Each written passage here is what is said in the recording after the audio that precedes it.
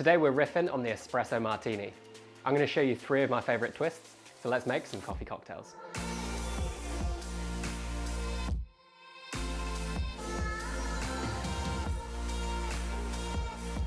Welcome back to the Coffee Cocktail channel with me, Dan Fellows. For those of you who are new here, welcome to the channel. I'm Dan. I'm the double World Coffee and Good Spirits champion, and this channel is all about coffee, it's all about cocktails, and bringing the two together to create delicious drinks, which is what we're going to do today. We're going to be making 3 drinks today, and if this sounds like your kind of thing, please make sure you subscribe along below and share this with your friends who love espresso martinis. So the first drink we're going to make is a rum and raisin espresso martini twist. Then we're going to make an affogato using the espresso martini template, and finally a banging espresso martini milkshake. So let's get started with the rum and raisin espresso martini. So this is a really simple riff on my ultimate espresso martini template, which I'll link above. And if you haven't watched this already, it will explain everything I'm talking about. But we're going to be using the kind of rum and raisin flavor profile to really add value to our espresso martini. So the first thing I've done is I've brewed my espresso with 20 grams in and 40 grams out. And rather than using a Brazilian coffee, which is chocolatey and nutty, I've used a natural process Costa Rican, which has got much more dried fruit and red fruit in there. So I'm going to add this to our tin. And then to counteract the fact that this is hot, we're going to add 40 grams of rum, which I've got in the freezer. I'm going for the Diplomatico Reserva Exclusiva, which has got loads of sweetness, really nice body, a little bit more intensity than the Planas, which we use in the Ultimate Espresso Martini, because we really want those kind of rum, raisiny flavors to carry through, and you need a big punch, which this rum definitely has. And then to complement the rum note, we want our raisin element in the form of Pedro Jimenez. So I'm adding 25 mils of this. And Pedro Jimenez is a sweet sherry. I use it in loads of coffee cocktails. Just complements coffee really nicely. And it just brings those really nice kind of raisin forward, dried fruit, rich notes to the drink. So 25 mils of Pedro Jimenez gives us around about 7.5 to 10 grams of sugar in the drink.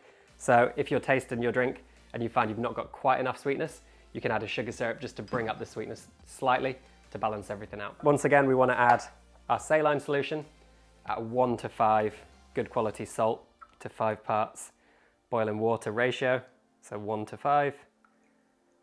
And I'm adding a gram of this because we have around about 100 grams of liquid in the drink otherwise. And then we're about ready to shake.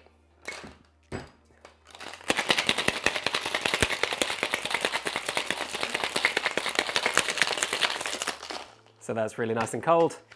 To continue our theme of serving this drink very cold, I'm gonna get a frozen glass, and then we're gonna fine strain the drink into this little coupe. So straining out any of those little shards. And this is very much a simple twist on our espresso martini theme, but God, it is tasty. So in our classic espresso martini, we didn't add any sort of garnish. You could add coffee beans if you like, but because we've got kind of rich flavors in here, a lot of sweetness, I just find a little bit of citrus, maybe a twist of orange, just pairs really nicely, just to brighten up the drink a little bit. So an expression of orange over the drink. There we have the rum and raisin espresso martini, variation 1. So good. The citrus really brings up the drink. Got the nice rum in there, frozen down, so it's not too sweet. Raisiny character from the PX. It's just a winner. Give that one a try, and now we're going to make an espresso martini affogato. So for the espresso martini affogato, I've done exactly the same thing again with our frozen rum, Pedro Jimenez, saline, natural process espresso. But this time, and this won't really be anything new to you, we're going to make an espresso martini affogato. So you might not have done this before, but I would thoroughly recommend you do. So again, to the freezer, I've got some frozen ice cream in a nice little cup. And this is clotted cream vanilla ice cream, very tasty. And we just want to strain our espresso martini over the ice cream to make a little tasty dessert type drink. And then for our garnish, I quite like these. We have rum soaked raisins. So 1 part raisins to 2 parts rum. You could then use this rum to make the espresso martini, which would be very delicious. Can confirm. And we're just going to add a couple of these over our espresso martini to give ourselves a little treat. So, a very simple twist An espresso martini affogato. Arguably should come in a slightly bigger cup, but I think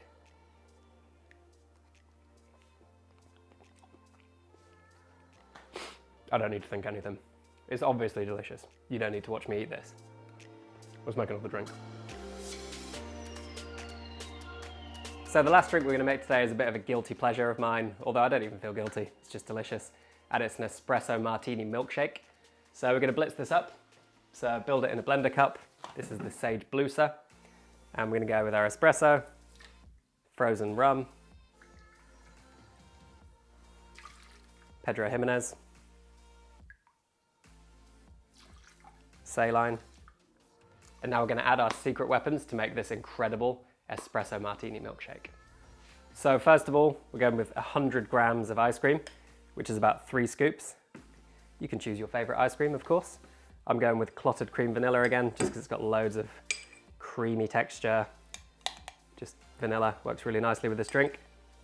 This probably isn't a health-forward drink, but on occasion it's very delicious, especially in summer. And then my second little trick is a bit of a zero waste hack as well, and this is introducing the milk to the drink. So these are leftover milk ice cubes. So it really annoys me when I'm making milk drinks that there's inevitably sometimes a bit of leftover milk, and it can be dairy milk or alternative milk, they both work fine. And each of these little cubes I freeze with the leftover milk. So they're about 25 grams each. I'm gonna add 2 of these, then I'm gonna add 50 grams of fresh milk. So if you were to use all of our leftover milk ice cubes for 100 grams, you'd have quite a slushy texture, really thick and kind of that sort of thick shake. And if you just use fresh milk, it'd be much thinner, more drinkable, but I like half and half. So play around with alternative milk, play around with dairy milk, and play around with blending, frozen versus fresh. And then we're gonna give it a little blend. So make sure your lid is securely packed on. Do not forget that, otherwise it'll be very messy. And then again, we're gonna whack this into a frozen glass. You just know this is gonna be tasty, right? Espresso martini milkshake with rum and raisin, leftover milk, reducing waste, whack a little straw in it, bit on my thumb, and you just know that is going to be tasty. So good. It's thick, not like slushy texture with a really kind of thick frozen margarita vibes. It's more thick shake, which I really like. The rum comes through, the coffee comes through, got really nice good quality dairy in there. You could use alternative milk just as easily.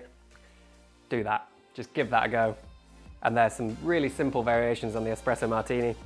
These aren't probably the most groundbreaking recipes, however, they are delicious. So stay tuned for more recipes like this, subscribe along below if you like this kind of thing, and I'll look forward to seeing you soon. And in the meantime, I'm gonna smash this. See you soon.